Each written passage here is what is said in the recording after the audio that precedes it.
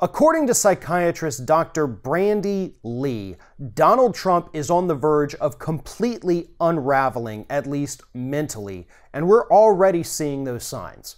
Now, that's not what Brandy Lee is just saying in the recent book that came out, The Dangerous Case of Donald Trump, which she was the editor.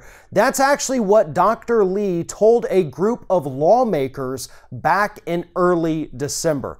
On December 5th and 6th of last month, Dr. Brandy Lee met privately with members of Congress, including at least one Republican that we know of, to discuss Donald Trump's mental fitness to hold the office of the presidency.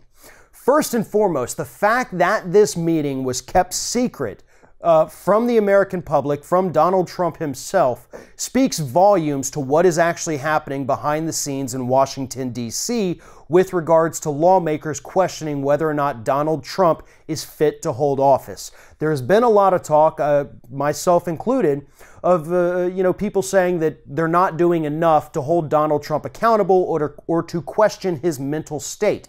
This meeting kind of shows that, yeah, they are. They're just not necessarily being as public about it as we'd like. And to be honest, that's probably the best path for them to take at this point.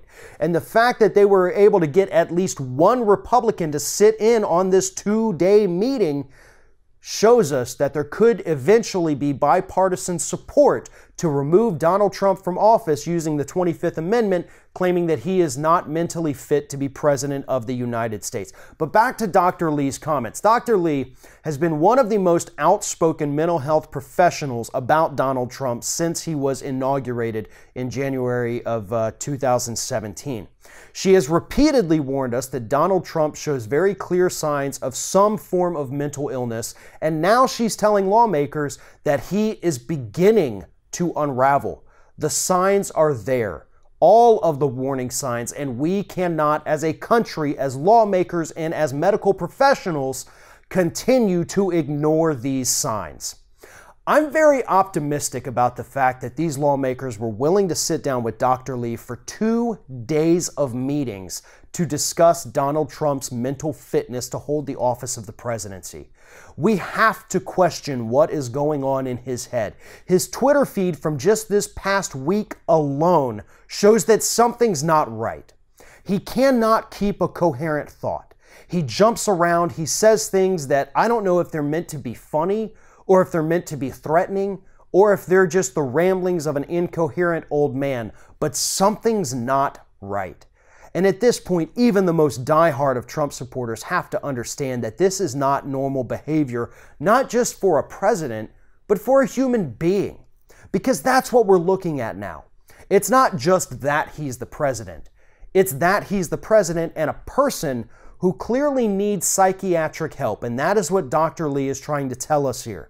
The longer that Donald Trump holds that office, the more damage he can do.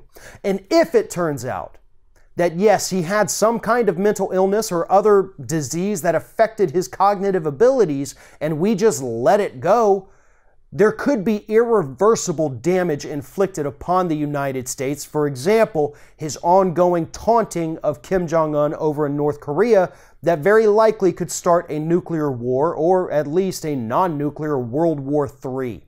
Those are things that can't exactly be undone by the next president. Those are damages that we would have to live with for decades. And the longer that Donald Trump stays in office, the more likely it is that he's going to make rash decisions due to his declining mental faculties. Mental health professionals, people who've spent their entire lives studying the human brain and how it works, have been warning us from day one. It's time that we start listening, and it's very, I guess, uplifting to know that members of Congress are finally starting to pay attention to this.